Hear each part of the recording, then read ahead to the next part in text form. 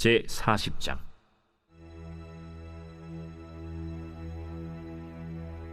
그 후에 애굽 왕의 술 맡은 자와 떡 굽는 자가 그들의 주인 애굽 왕에게 범죄한지라. 바로가 그 두 관원장 곧 술 맡은 관원장과 떡 굽는 관원장에게 노하여 그들을 친위대장의 집안에 있는 옥에 가두니 곧 요셉이 갇힌 곳이라. 친위대장이 요셉에게 그들을 수종들게 하매 요셉이 그들을 섬겼더라. 그들이 갇힌 지 여러 날이라. 옥에 갇힌 애굽 왕의 술 맡은 자와 떡 굽는 자 두 사람이 하룻밤에 꿈을 꾸니 각기 그 내용이 다르더라. 아침에 요셉이 들어가 보니 그들에게 근심의 빛이 있는지라. 요셉이 그 주인의 집에 자기와 함께 갇힌 바로의 신하들에게 묻되, 어찌하여 오늘 당신들의 얼굴에 근심의 빛이 있나이까? 우리가 꿈을 꾸었으나 이를 해석할 자가 없도다. 해석은 하나님께 있지 아니하니니까 청하건대 내게 이르소서.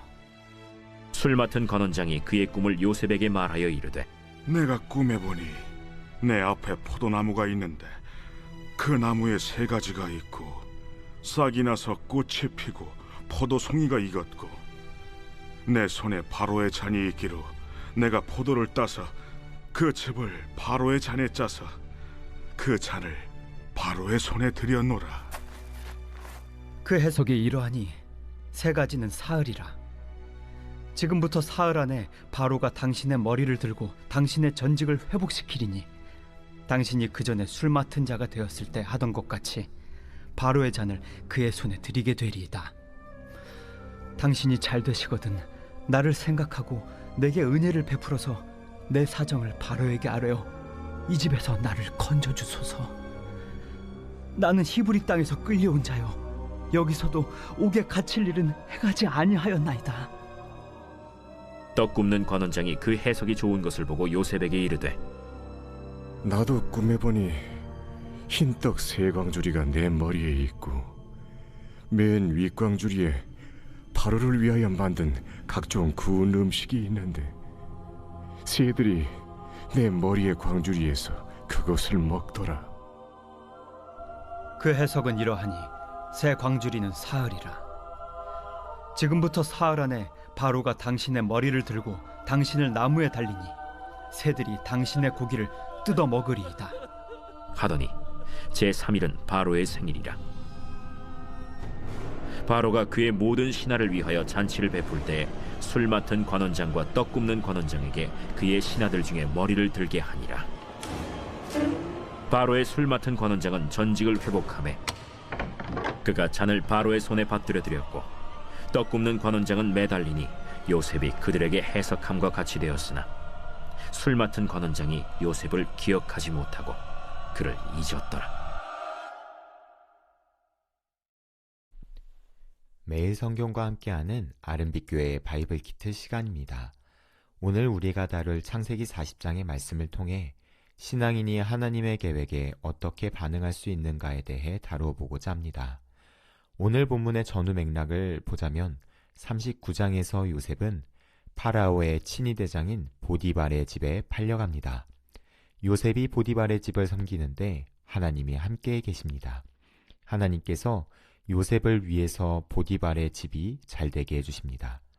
그때 보디발의 아내가 요셉을 유혹했고 이를 거부하자 누명을 씌워 보디발의 집에 있는 감옥에 갇히게 됩니다. 40장의 내용이 진행이 됩니다. 40장에서 요셉이 있는 감옥에 두 관원장도 갇히게 됩니다. 요셉이 둘을 섬기던 어느 날 두 관원장은 동시에 비슷한 꿈을 꿉니다. 그리고 그 꿈은 두 사람을 긴장하게 합니다. 요셉이 해몽을 합니다. 한 명은 머리가 들릴 것이며 또 다른 한 명은 머리가 들릴 것이다. 술 맡은 관원장은 회복의 의미로 머리가 들릴 것이며 떡 맡은 관원장은 죽는다는 의미로 머리가 들릴 것을 예고합니다. 요셉은 술 맡은 관원장에게 자신을 기억해달라 하지만 관원장은 잊고 맙니다. 오늘 본문을 볼 때 우리는 요셉에게 집중을 하곤 합니다.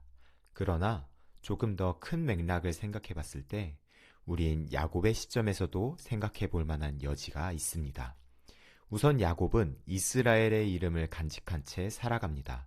아브라함, 이삭으로 이어진 씨, 땅, 복의 언약이 아직은 야곱에게 맡겨져 있는 것을 봅니다. 마치 언약의 당사자였던 아브라함의 이야기 중간에 하나님께서 의도를 가지고 롯의 이야기를 넣은 것처럼 야곱의 이야기 중간에 야곱의 아들의 이야기를 소개한 것은 아닐까? 이러한 물음을 갖고 본문을 바라본다면 흥미로운 답이 나오는 것을 봅니다. 야곱의 입장에서 아들 요셉이 죽은 정황이 확실합니다. 자신이 사랑했던 라헬의 아들 채색옷을 입혔던 아들은 이제 죽고 없습니다. 그러나 성경은 개인에게 있어 절망스러운 면을 볼 때 내가 보이지 않는 곳에서 하나님이 열심히 일하고 계심도 보여줍니다. 하나님은 요셉과 동행하십니다. 하나님은 요셉에게 복을 주시고 요셉의 주변 사람들에게 복을 주십니다. 이 모든 것은 어딜 향해 달려갑니까? 이스라엘인 야곱과 한 약속을 지키시기 위해, 아브라함과 하신 약속을 지키시기 위해 요셉을 통해 애굽이라는 집터를 닦고 있는 것 아니겠습니까? 그 과정에서 요셉은 하나님과 동행하는 자답게 빚어져 갑니다. 어렸을 때 요셉은 채색옷을 입고 꿈 이야기를 했던 사람입니다. 만약 그가 자신의 꿈이 무엇인지 알았다라면 그는 교만하거나 지혜가 없는 사람일 것입니다. 왜냐하면 형제들이 자신에게 절할 것이며 어머니, 아버지가 그에게 절할 것을 알고도 자랑하는 사람이라고 볼 수 있기 때문입니다. 만약 그가 자신의 꿈이 무엇인지 몰랐다라면 그는 부모님과 형제들이 다 알만한 꿈의 해석을 혼자 몰랐던 사람일 것입니다. 무엇이 되었든지 간에 이제는 그가 꿈의 해석이 누구에게 달려있는지 알고 남의 꿈을 해석하는 사람이 되었다는 것에 있습니다.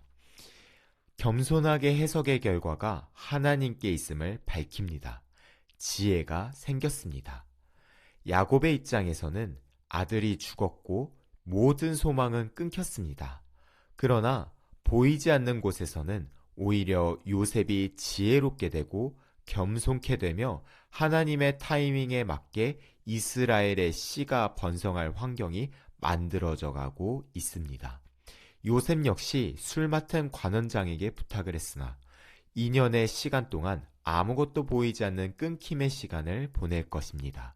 그러나 끊김의 시간 동안 하나님께서 야곱에게 하셨듯이 요셉에게도 보이지 않게 일할 것을 알 수 있습니다. 그것이 다 지난 이후에 요셉은 아들의 이름을 통해 내 모든 고난과 아버지의 온 집의 일을 잊게 하셨고 수고한 땅에서 번성케 하셨다라고 고백합니다. 지난이 알게 됩니다. 그리고 고백하게 됩니다. 아, 하나님께서 하셨구나. 그렇다면 하나님께서 하셨다는 사실이 오늘날 사는 우리에게 무슨 상관이 있을까요? 내가 보이지 않아도 하나님은 일하신다는 사실을 보게 됩니다. 나의 몸부림이 주 안에서 의미가 있는 게 됩니다. 그리스도인의 몸부림은 단순히 내가 나아지기 위해 몸부림치는 것이 아닙니다. 성장을 위해 몸부림치지 않습니다. 모든 몸부림은 반드시 성장으로 이어지지만은 않습니다. 파괴로도 이어질 수 있는 것입니다. 그러나 그리스도인의 몸부림은 다릅니다. 하나님께서 나의 몸부림 이면에 먼저 발벗고 나서시기 때문에 다른 것입니다. 우리가 보이지 않을 때 예수님께서 다 이루시지 않으셨습니까?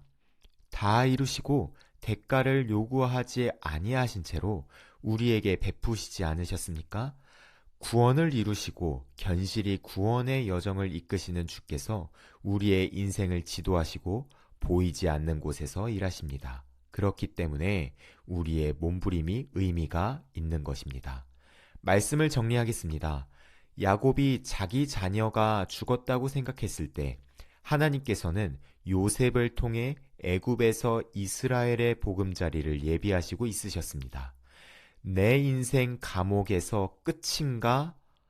요셉이 생각했을 때 하나님께선 때에 따라 술 맡은 관원장을 보내시고 기억나게 하십니다.